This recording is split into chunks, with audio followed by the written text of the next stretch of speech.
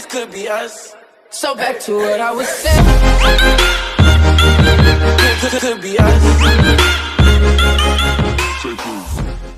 Shalom, selamat malam Ibu dosen dan teman-teman. Perkenalkan, nama saya Arki Gustafino. Di sini saya akan menyajikan materi tentang kelainan seks pada manusia.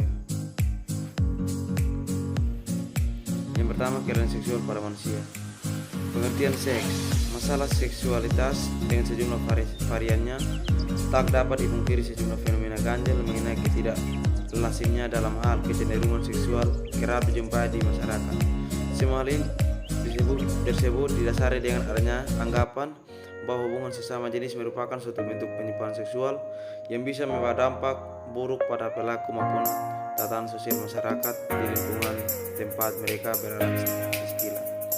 Penyimpangan seksual ini sering disebut juga abnormalitas seksual. Penyimpangan seksual ini sering juga didefinisikan sebagai dorongan dan kipasnya seksual yang ditunjukkan pada objek seksual yang tidak lazim atau dengan cara-cara yang tidak wajar. Yang berikut ciri-ciri kelainan. Ciri kelainan seks dapat dibagi dalam dua bagian, yaitu perempuan dan laki-laki. Yang pertama, laki-laki tidak pernah merasa puas saat berhubungan seks walaupun ia sudah mengalami orgasme. Yang kedua, tuntutan seks tidak bisa ditunda. Yang ketiga, tidak bisa mengontrol keinginan seks. Yang keempat, sangat tergila-gila dengan hal-hal yang berhubungan dengan seks. Yang berikut, perempuan. Yang pertama, menghabiskan waktu untuk perencanaan kegiatan seks. Yang kedua, sering mengonsumsi konten-konten pornografi. Yang ketiga, punya banyak pasangan berhubungan seks. Yang keempat, tidak terikat secara emosional dengan pasangan berhubungan. Yang berikut, menginginkan pasangan berhubungan yang mustahil. Yang berikut, tidak kemampuan untuk berhenti dari aktivitas seksual. Yang berikut, jenis-jenis kelainan seks. Adapun kelainan seks dibagi sebagai berikut. Yang pertama, pedofilia. Yang berikut, ekshibionisme. Yang ketiga, voyeurisme. Yang keempat, frotteurisme. Yang kelima, fetishisme.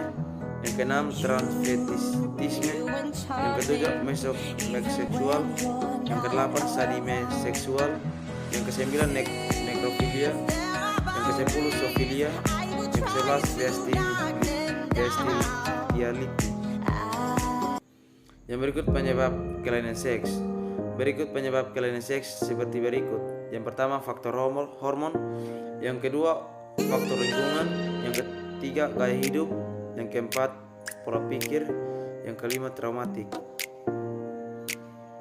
Yang berikut cara penanggulangan atau cara mengobati. Adapun cara mengobatinya adalah sebagai berikut. Yang pertama, konseling. Yang kedua, psikoteria. Yang ketiga, obat-obatan.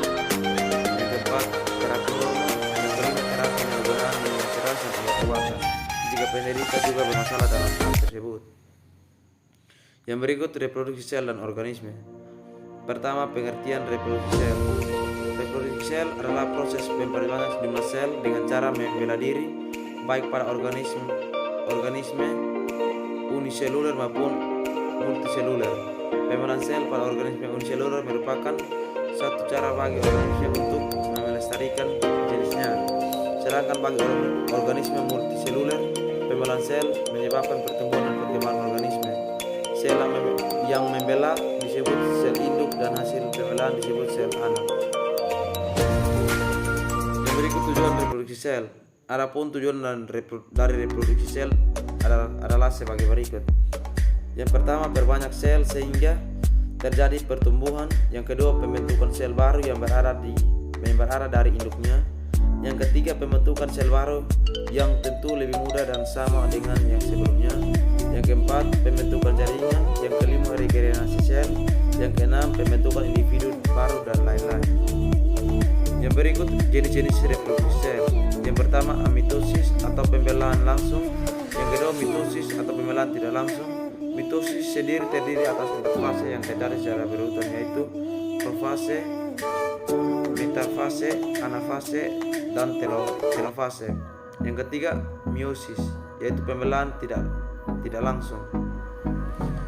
Yang keempat, pembelaan antara pembelaan mitosis dan meiosis.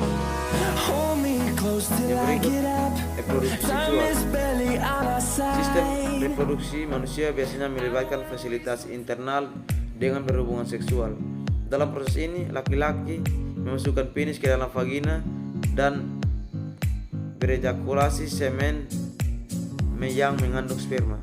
Sebagian kecil dari sperma melewati leher rahim ke dalam rahim sehingga reproduksi wanita memiliki fungsi untuk memproduksi sel telur dan untuk melindungi dan memelihara janin hingga lahir.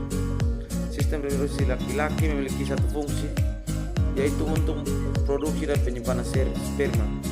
Manusia memiliki tingkat diferensiasi seksual yang tertinggi.